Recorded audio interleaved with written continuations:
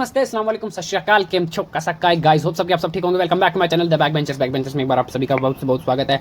Okay, सो जैसे कि आपने पिछली वाला वीडियो देख लिया होगा जिसमें कि हमने अपना first chapter that is the sources of ancient Indian history इसकी स्टार्टिंग कर ली थी, और जिसमें हमने इसका इंट्रोडक्शनरी पार्ट प्लस इसके जो मैंने आपको जैसे बताया था कि हिस्ट्री हमारा जब भी हम अपना इतिहास पढ़ते हैं, हिस्ट्री पढ़ते हैं, तो वो जब हम कोई भी लिटरेचर पढ़ते हैं, जब हम किसी भी चीज़ के बारे में जानते हैं तो उसके सोर्सेज होते हैं, राइट। सोर्सेज मैंने आपको बताया था कि दो टाइप के सोर्सेज होते हैं, that is the primary and the secondary. जब हमको कोई चीज़ रॉ मटेरियल मिलती है, रॉ में मिलती है, अनर्थ करते हैं डायरेक्टली, जैसे कि हम गए और हमने कहीं खुदाई वगैरह किया, हमको हमारे कोई पुराने मंदिरों में जहाँ पर कोई टेक्स्ट मिल गया, वैदिक टेक्स्ट, ठीक है, जो कि ताल पत्रों पर लिखे हुए हैं, राइट। सो वो है प्राइमरी सोर्सेज। बट जब उसी टेक्स्ट को कोई भी हिस्टोरियन जब पढ़ते हैं, उस टेक्स्ट को जब हिस्टोरियंस पढ़ते हैं और उस टेक्स्ट को हिस्टोरियन पढ़ के जब वो एक बुक लिखते हैं या उसको ट्रांसफॉर्म करते हैं, मॉडिफाई करते हैं, देन उसको बोलते हैं secondary source. Okay, secondary information, secondary knowledge, जो भी आप बोल सकते हो। ओके, और उसी के साथ साथ हमने कल पढ़ा था लिटरेचर सोर्सेज में, हमने सारा कुछ पढ़ लिया था, दैट इज वैदिक लिटरेचर पढ़ लिया था। ओके, वैदिक लिटरेचर में हमने तीनों के तीनों पढ़ लिए थे, दैट इज ऋग्वेद, हमने वैदिक लिटरेचर में संहिता पढ़े थे, ठीक है।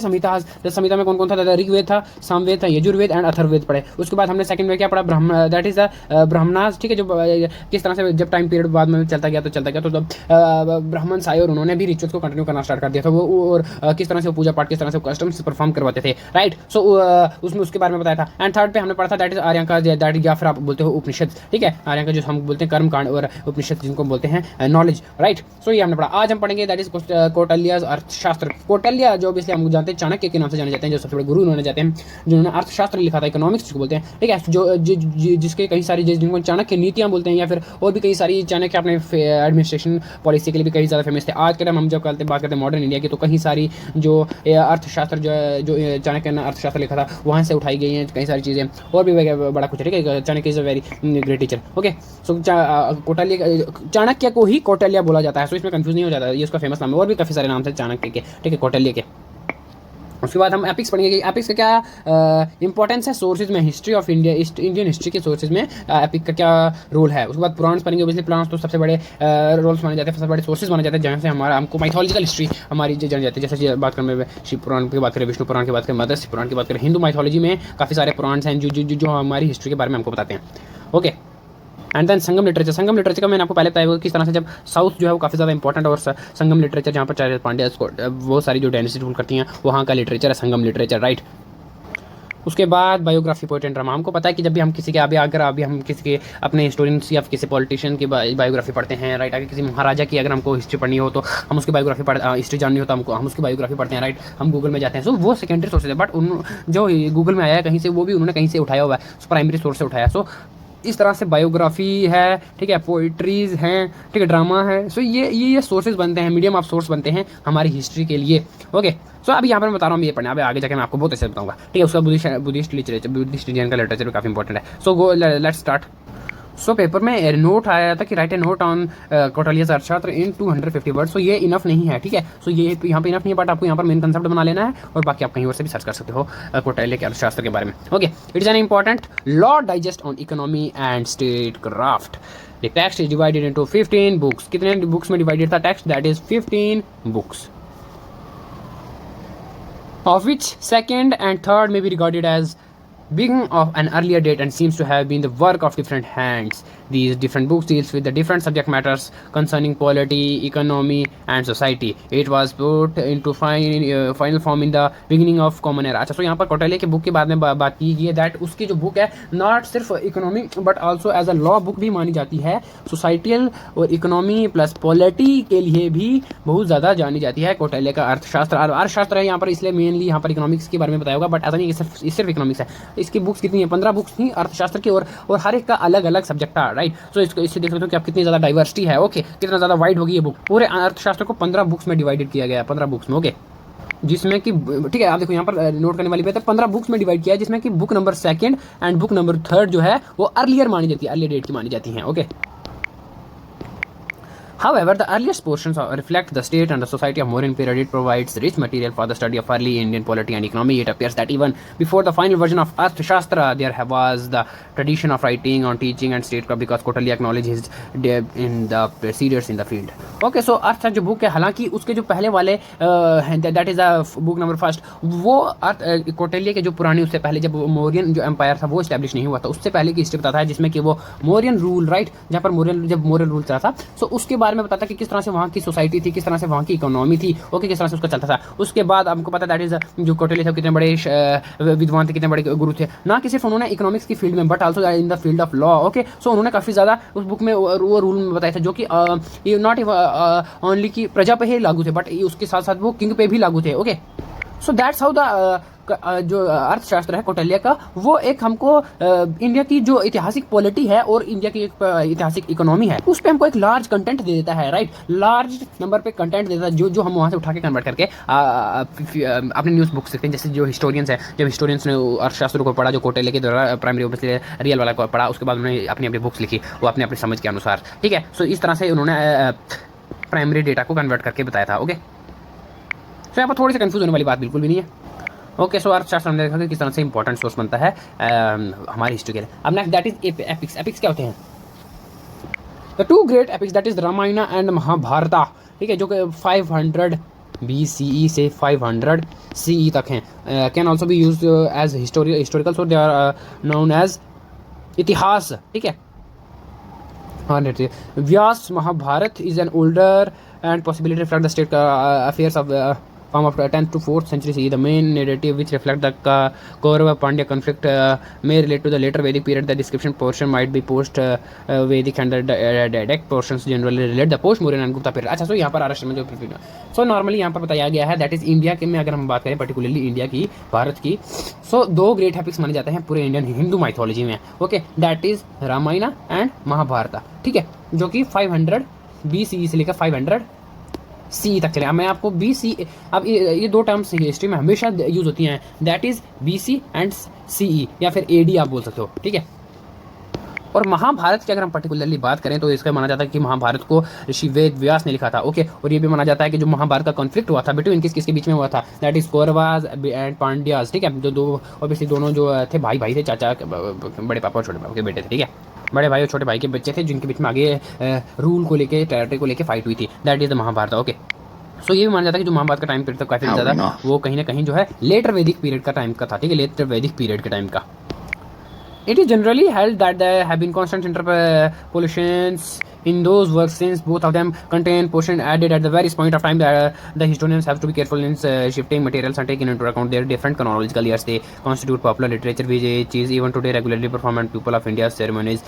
Therefore, with the increasing interest of the listener, the enthusiast storytellers went on adding chapters to elaborate their details. That's how interpretation. अच्छा, तो यहाँ पर बताया गया हिस्ट्री के साथ छेड़छाड़ के बताया गया, जैसा कि हमने वहाँ से सोर्स लिया था, बिल्कुल वैसा ही हमको आगे ट्रांसफॉर्म करना चाहिए, जाके जो हमारा आने वाली पीढ़ी, आने वाले भविष्य है, वो रियल इतिहास जाए। बट जो हिस्टोरियंस हैं, बट जो लेखक हैं, राइट, जब वो वहाँ से जो हमारे इतिहास है, जहाँ पे जो वेद व्यास ने जहाँ पर लिखा हुआ है रामायण, ठीक है, वहाँ से जब वो दूसरी जगह पे ऐड करते हैं तो वो अपने व्यूवर्स की इंटरेस्ट के लिए, अपने व्यूवर्स का और इंटरेस्ट बढ़ाने के लिए वो चैप्टर ऐड पे ऐड करते जाते हैं, राइट, जिससे उनका जो व्यूवर्स है, उनकी जनता है, ओके, वो उनका इंटरेस्ट उस पर्टिकुलर चीज़ में बना रहे। ओके, जिससे कि इतिहास के साथ भी कहीं ना कहीं छेड़छाड़ तो है ही है। ओके, तो यहाँ पर बताया जा रहा है कि हमको इतिहास की छेड़छाड़ नहीं करनी चाहिए। एज टाइम जब हम कन्वर्ट कर रहे हैं उसको एक पर्टिकुलर ड्रामा में, या फिर आप कोई आज के नंबर की तरह महाभारत रामायण ड्रामा TV पे बनाया आते हैं। ओके, सो जो बिल्कुल वैसा नहीं है, आदि पुरुष इसका सबसे बड़ी एग्जाम्पल है। ओके, जिसमें कि बिल्कुल ही अलग ही सब कुछ बताया गया है। सो जो हिस्टोरियंस हैं, जो भी लेखक हैं, वो चैप्टर पे चैप्टर ऐड करते जाते हैं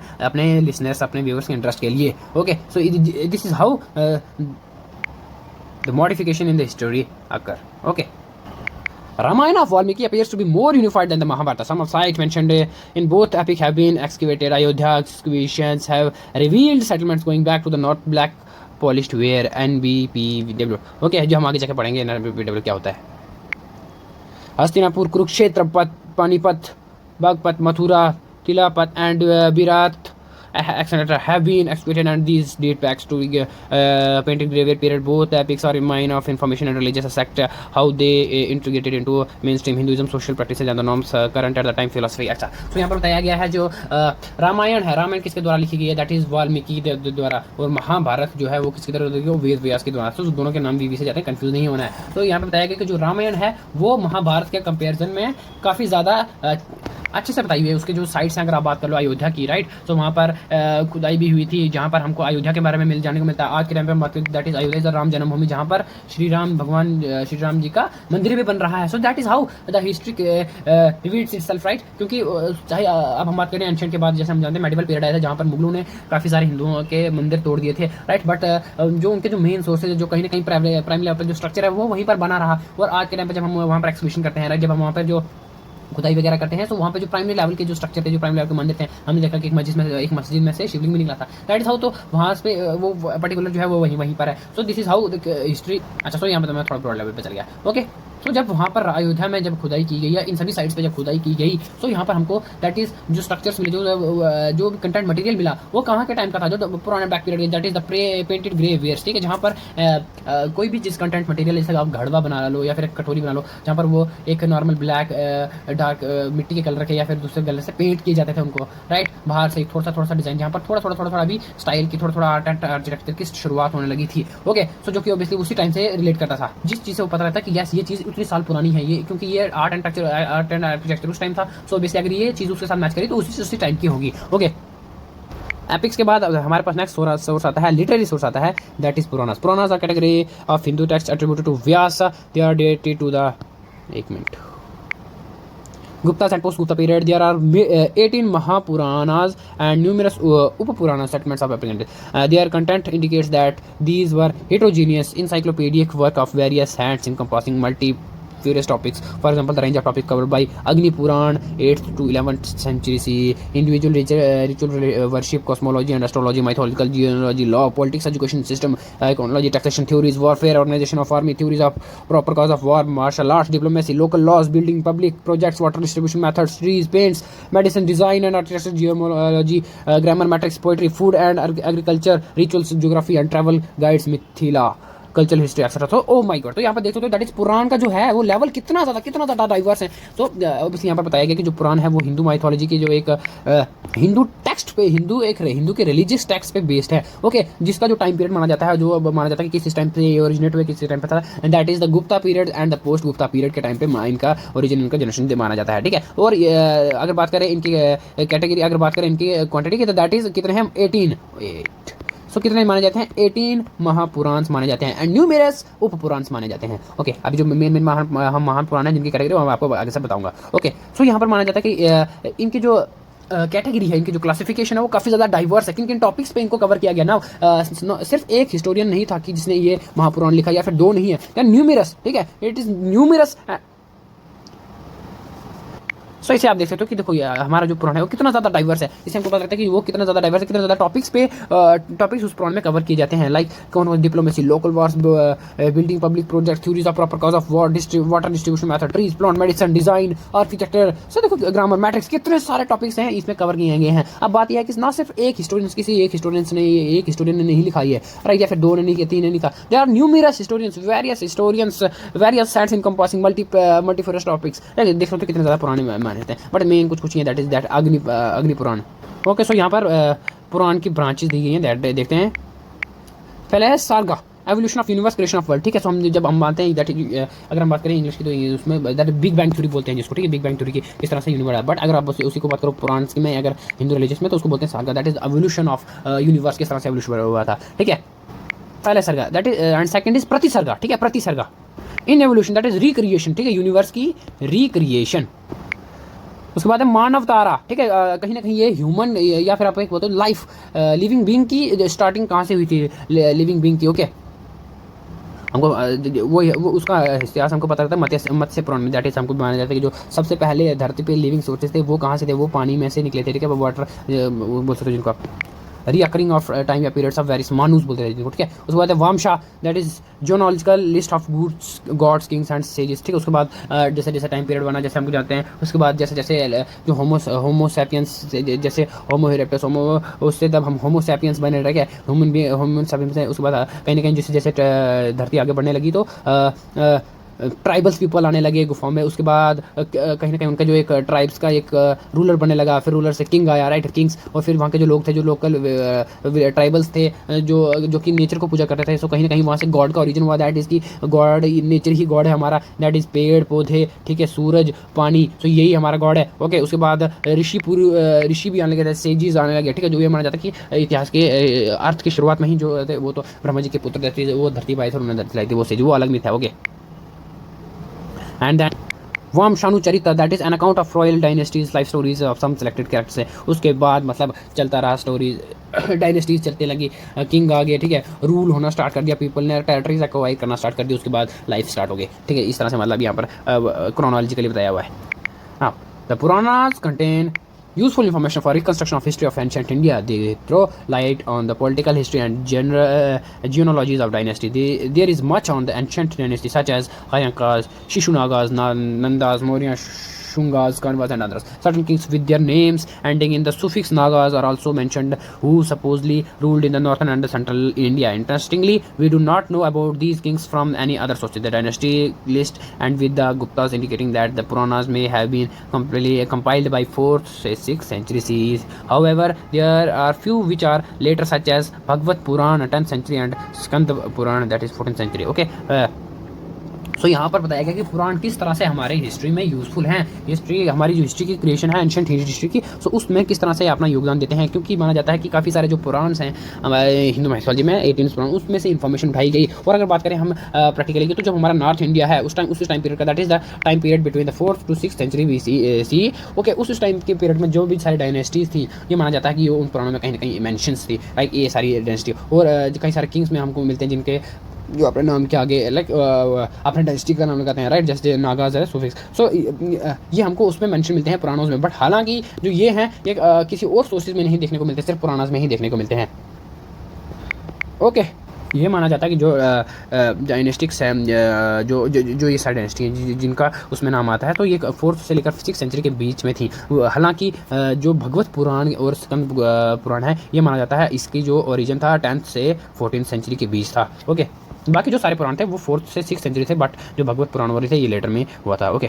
अब पुराण सिर्फ हिस्टोरिकली नहीं, बट देव पुराण जो है जोग्राफिकली जो रिवर्स की इन्फॉर्मेशन देने के लिए मैम आपको काफ़ी ज़्यादा इंपॉर्टेंट है। हमको पता था पुराणों में कि ऑब्वियसली अगर माइथोलॉजिकल हमारे रिलीजियस के रिलेटेड तो वहाँ पर हमको भी जानते हैं कि हिंदू धर्म में जो कि काफ़ी रिवर्स की काफ़ी और माउंटेन्स की काफ़ी ज़्यादा अहमियत मानी जाती है, सो उसमें उनको उसके बारे में इन्फॉर्मेशन मिली होगी, राइट। सो इस तरह से जो पुराण हैं वो इन्फॉर्मेशन देते हैं रिगार्डिंग किसके, that is the formation and the origin of reverse, किस तरह से रिवर्स, नदियाँ, झीलें, पर्वत किस तरह से बने, कहाँ पर थे, ठीक है। Hence they are crucial for reconstructing the historical geography of ancient India. Beside they are good sources of information on the three major cults of Hinduism, Vaishnavism, major cults of Hinduism, that is the Vaishnavism, Shivaism and Shaktism.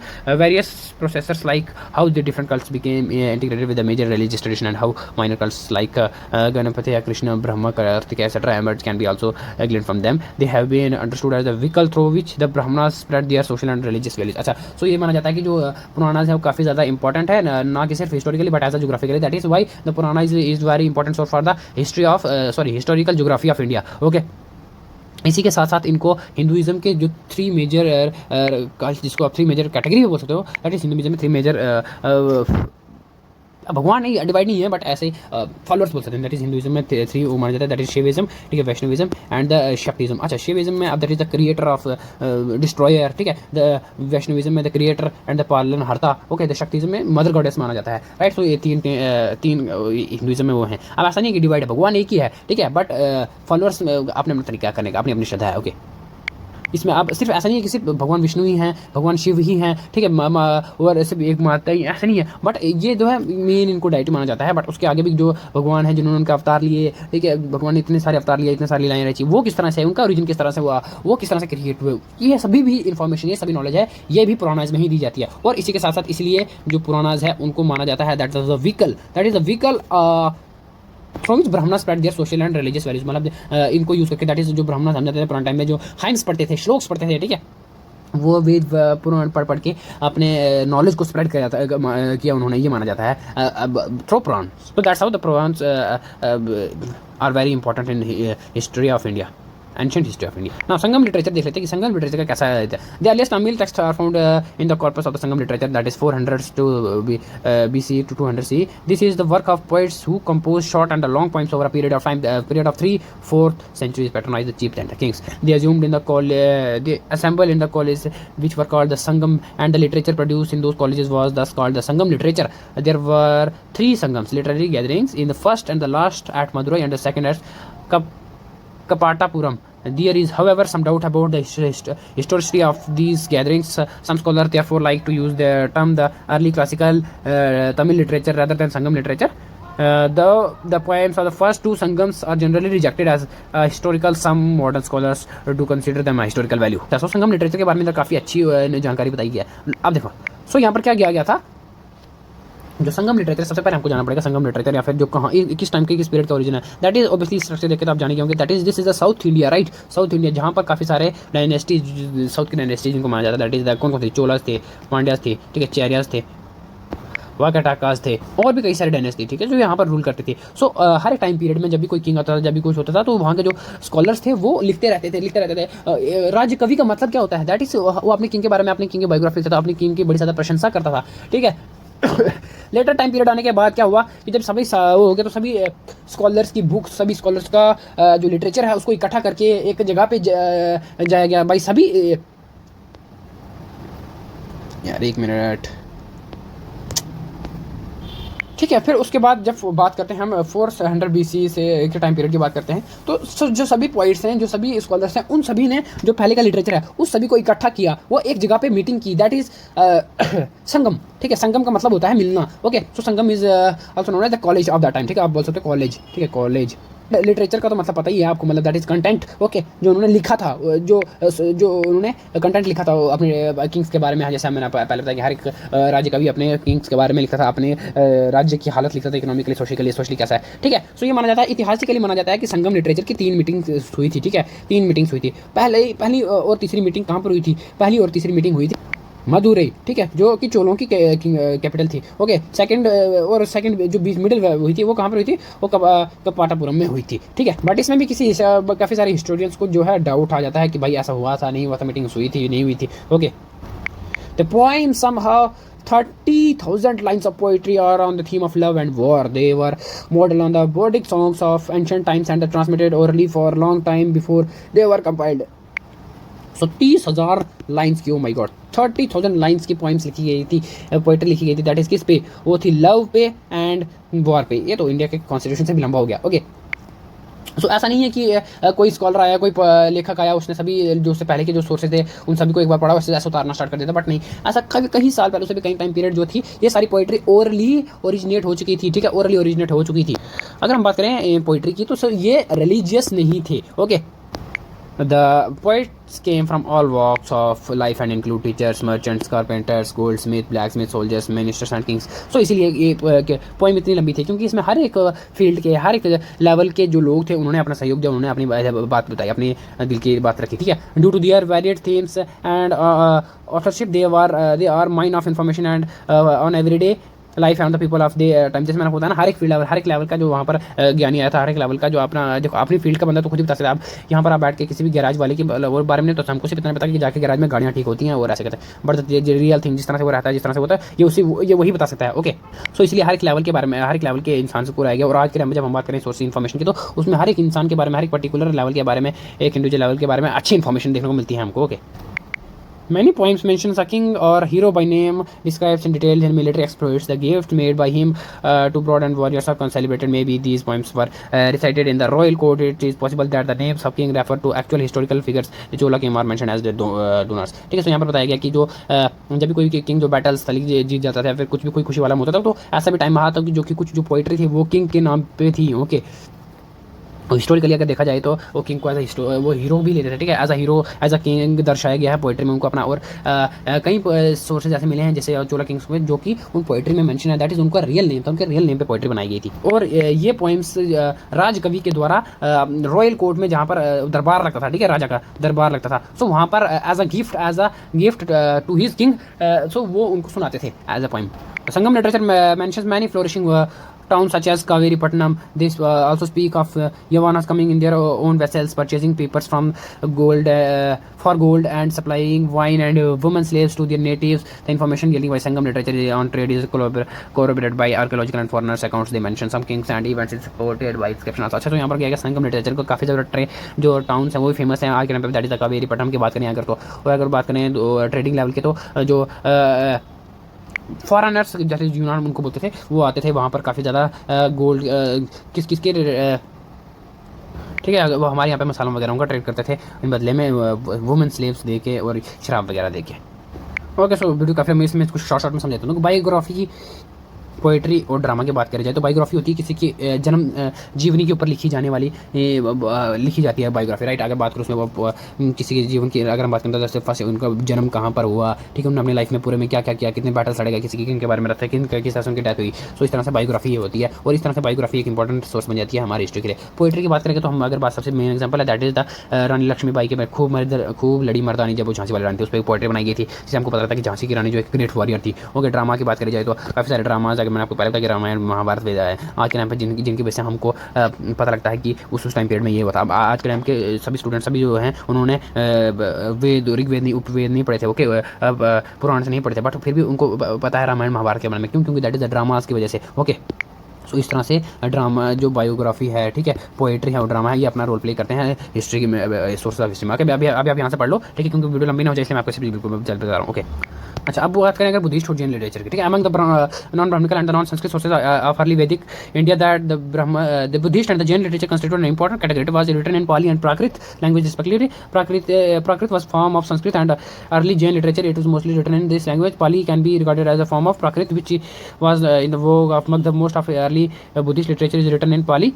With the Buddhist monks is rich in Sri Lanka where it was living in language Ashokan edicts is also in Pali. अच्छा, तो यहाँ पर बताया गया है कि non Brahminical और non संस्कृतिक मतलब ब्राह्मण और संस्कृत के छोड़ के भी ऐसे सोर्सेज हैं जिससे हमको इतिहास के बारे में पता चलता है। अब अगर बात करें, अगर हम सिर्फ हिंदुइज्म के जो सोर्सेज हैं उन पर विश्वास करें तो काफ़ी लोग बोल सकते हैं कि सिर्फ हिंदुइज्म की बात मान के आप हिस्ट्री पर नहीं, बट ऐसे सोर्सेज काफ़ी सारे जो मिले हैं जिनके बेसिस पे हम हिस्ट्री लिख सकते हैं, जो कि नॉन हिंदू और नॉन संस्कृत, दैट इज कौन कौन से बुद्धिस्ट और जैनिज्म के, ठीक है, जो कि किस लैंग्वेज में लिखे गए थे, that is the Prakrit language and the Pali language, ठीक है। सो जो प्राकृत लैंग्वेज थी वो संस्कृत लैंग्वेज से ही निकल के एक लोकल लैंग्वेज आई थी, और जो पाली है वो एक प्राकृत लैंग्वेज की एक पार्ट, एक ब्रांच बोल सकते हो आप। ओके, सो प्राकृत लैंग्वेज जो है अगर बात करें पाली लैंग्वेज की, तो पाली लैंग्वेज जो है वो बुद्धिज्म में लिखी गई, बुद्धिस्ट टेक्स्ट में यूज़ की जाती थी। ओके, बुद्धिस्ट के जो मॉन्क्स थे, जो गुरु थे, वो भी यही लैंग्वेज यूज़ करते थे। बाद में जब वो अपने धर्म का प्रचार प्रसार करने के लिए श्रीलंका गए तो वहाँ पर भी ये पाली लैंग्वेज ही यूज़ की जाती थी।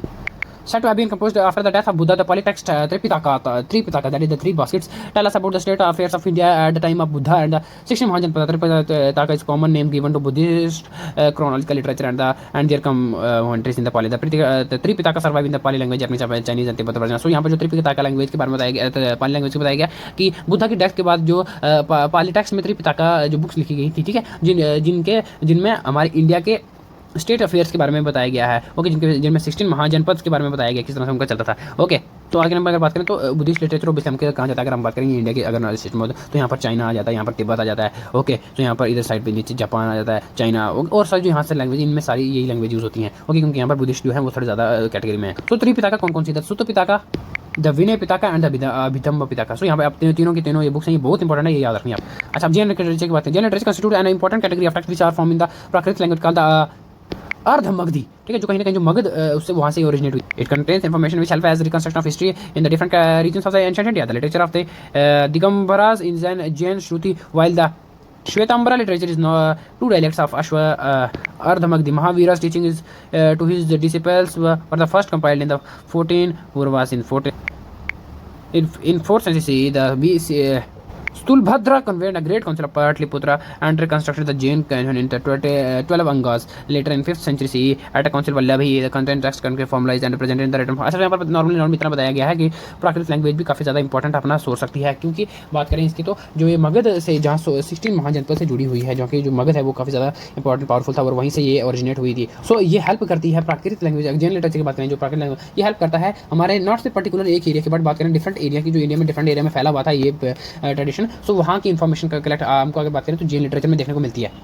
ओके तो ये थे लिटरेचर, हम पढ़ने वाले हैं आर्कियोलॉजिकल सोर्सेज. ठीक है, वीडियो काफ़ी ज़्यादा लंबी होने वाली है, थोड़ा फास्ट रख रहा हूँ. ओके सो यहाँ पर आप देख सकते हो किस तरह से खुदाई की गई है. ओके सो गाइस अगर हम बात करें आर्कियोलॉजिकल सोर्सेज तो सबसे पहले हमारे पास क्या आता है, कॉइन्स आते हैं. देख सकते हो कॉइन्स. ओके यहाँ पर आप देखो कॉइन्स पे काफ़ी अलग अलग हर जगह पे अलग अलग स्ट्रक्चर अलग शेप बनी हुई है. इससे पता लगता है कि ये कॉइन्स किस टाइम पीरियड के हैं. अच्छा ठीक है, the study of coin is known is called as numismatics. This is considered the second most important source for the construction of history of India. First begin inscription. So inscription के बाद inscription मैंने आपको जैसे पहले बता दिया, ठीक है, किसी के बारे में जानकारी लेना, किसी के बारे में लिखा हुआ, that is the literary sources. Literary sources के बाद जाके numismatics that is the coins. The study of coins is the second most important source for the reconstruction of history of India. Okay several hundred thousands of coins have been found and deposited in the different museums of India and abroad. The coins found in the systematic excavation and are less in number but are very valuable because their chronologically and cultural context are can be fixed precisely. So ये माना गया कि जो कई सारे जो coins हैं, कई हज़ार कॉइन जो कि पुराने ज़माने के, जो कि अभी हमको मिलते रहते हैं. अभी हमारे पास होते नहीं जो 500 पैसा 18 चौनी वो तो नहीं, उससे भी जो एंशिएंट हिस्ट्री है वो जो सारे कॉइन्स आज के नाम पे जब हम कहीं खुदाई वगैरह करते हैं तो वो हमको मिलते हैं. नॉट हमने घर की खुदाई बट आर्कियोलॉजिकल खुदाई, जहाँ पर जो आर्कियोलॉजिकल डिपार्टमेंट ऑफ इंडिया के जो लोग जाते हैं जैसे कि मौजूद रहो. सो वहाँ पर जब कोई खुदाई करते हैं तो जो कुछ भी मिलते हैं जैसे कॉइन्स मिले हैं वो सारे कहाँ पर रखे हैं, म्यूजियम में रखे गए हैं. कहाँ पर रखे गए हैं, म्यूजियम में, ताकि उनकी सुरक्षा की जाए और हमारे अपने आने वाली पीढ़ी को दिखा सकेंगे किस तरह से उस टाइम की करेंसी सिस्टम चलता था. Okay most of coins belonging to the major dynasties have been cataloged and published. The earliest coins in the subcontinents are punch mark coins. So यहाँ पर देखो जब मैंने आपको पहले कॉइन दिखा था उन पर जिस तरह से ठप्पे बने थे या फिर सील्स में थे जो डिजाइन बने थे. ठीक है, सो अर्लीस्ट जो यहाँ पर कॉइन्स थे उनको क्या बोलते थे, उनको पंच मार्क कॉइन्स बोलते थे. ठीक है, पंच मार्क कॉइन्स बोलते थे. क्यों बोलते थे अभी देखते हैं. There are mostly of silver and sometimes of copper. ठीक है, मोस्टली कौन से होते थे, सिल्वर के, और समटाइम्स कौन से होते थे, दैट इज कॉपर के. Some gold punch mark coins are also reported, but they are very rare and their authenticity is doubtful. ठीक है, सो ऐसे माना जाता है कि जो पंच मार्क कॉइन्स है, क्योंकि वो इतना एंशिएंट था उस टाइम में, शायद गोल्ड की जो ओरिजिन नहीं हुआ था, गोल्ड की जो डिस्कवरी नहीं हुई थी, और वो मैक्सिमम सिल्वर और कॉपर के थे. बट कहीं कहीं पे ऐसा देखा तो वो पंच मार्क कॉइन जो गोल्ड के भी हैं, ठीक है, जो कि बहुत ज़्यादा रेयर है मिलते हैं. बट ऐसा माना जाता है कि उनको डाउट किया जाता है कि शायद ये पंच मार्क कॉइन्स ना हो, क्योंकि जो पंच मार्क कॉइन्स थे वो गोल्ड के नहीं होते थे, वो सिल्वर और कॉपर के ही होते थे. Punch mark coin bears only symbol on them. Each symbol is purchased separately, which sometimes overlaps one another. These have been found throughout the country from Taxila to Magadha, Mysore, or even further south. They do not bear any inscription or legend on them. With the expansion of Magadha Empire and the Magadha type of punch mark coins have replaced with issues of other state. अच्छा, तो यहाँ पर बताया गया पंच mark coins. तो territory की बात करें अगर पहले तो कम से कम अगर बात करें मगध से लेकर मैसूर तक, ओके, तक्षशिला तक, यहाँ पर अफगानिस्तान के ऊपर यहाँ पर पड़ता है तक्षशिला, तो वहाँ तक जो है ये इतना टेरिटरी. तो यहाँ से पता लगता है कि जो उस टाइम का जो एम्पायर था वो काफ़ी ज़्यादा एक्सपैंड था. राइट, इसी से पता लगता है ना कि इतना ज़्यादा एक्सपैंड था वहाँ पर भी कॉइन्स मिले, तो इतना ज़्यादा उनका रूल रहा होगा वहाँ पर. और ये सिर्फ एक ओनली सिंबल अपने इनके ऊपर देखने को मिलता है. बाद जब महाजनपद बन गए, जब से टाइम पीरियड बना, उसके बाद जो है पंच मार्क कॉइन्स को रिप्लेस कर दिया आगे आने वाली सक्सेसिव स्टेट्स ने. ओके, पंच मार्क कॉइन्स के अलावा कौन से coins, that is the Indo Greek coins are also of silver and copper and gold ones are rare. They show beautiful artistic features on them. The portrait or bust of king on the over side of appear to be real portraits. On the reverse some deities depicted. It is so that the coins only that we know about more than 40 Indo-Greek rulers who rules in small region of northwestern India. As mentioned earlier, we know about Shaka Palwa king, about whom no information from any several. अच्छा, तो यहाँ पर बताया गया है इन पंच mark coins के अलावा जैसे हम मान जाते हैं कि नॉर्थ टेरिटरी में कौन से रूलर था, that is Indo Greek ruler था. ठीक है, इंडो ग्रीक रूल थे, वो काफ़ी ज़्यादा नॉर्थ में ज़्यादा स्ट्रॉन्ग थे. उन्होंने जैसे गोल्ड के कॉइन भी चलाए जाते, तो यहाँ पर उन्होंने बताया इंडो ग्रीक कॉइन्स भी थे जो भी सिल्वर, कॉपर और गोल्ड में माने जाते थे, जो कि बड़े ज़्यादा रेयर होते थे. तो वो भी काफ़ी ज़्यादा हमको इन्फॉर्मेशन देते हैं. जिनके साइड्स पे, राइट, जिनके फर्स्ट साइड पे पोर्ट्रेट होता था किसी भी चीज़ की फोटो, और जिसके नेक्स्ट रिवर्स साइड पे जो उल्टी साइड होती थी वहाँ पर किसी उनके जो किंग है या फिर क्वीन है उसके फोटोज होती थी. ओके, फोटोज का मतलब वो फोटो नहीं, मतलब चित्रकारी एक Gupta appears to have been succeeded the Kushans in the tradition of minting coins. They completely Indianized their coinage. They also issued a number of gold coins known as dinars. They were well executed die stock coins. The obverse depicts the reigning kings in various poses, like the kings depicted engaged in activities like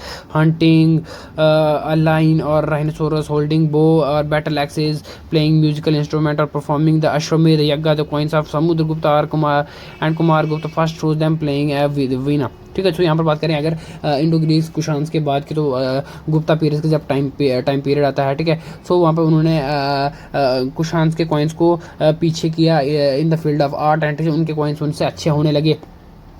उनका front side था उनमें उनके जो Kings थे उनके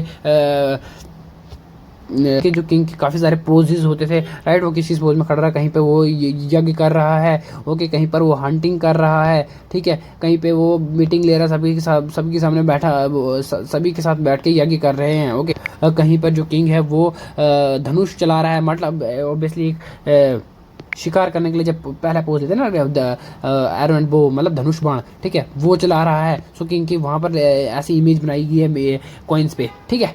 अगर बात करें पर्टिकुलरली समुद्रगुप्त और कुमारगुप्त के टाइम पीरियड की, तो वहाँ पर जो कॉइन्स चलते थे उसमें वो दोनों वीणा बजा रहे हैं। वीणा तो आपको पता ही होगा, ये हिंदू माइथोलॉजी में जैसे माँ सरस्वती बजाते हैं, राइट, आज के टाइम पे जैसे गिटार की तरह होता है वो, ओके, सो वीणा बजा रहे थे वो, ओके। सो वीडियो काफ़ी लंबी हो गई है, ओके, सो आज चैप्टर खत्म नहीं पाए, होप सबके आपको वीडियो पसंद हो गया। अब नेक्स्ट पार्ट में पूरी कोशिश करेंगे कि आपकी वीडियो जो जल्द से जल्दी खत्म हो गए। इस साथ मिलते हैं नेक्स्ट वीडियो में। Thank you and bye bye.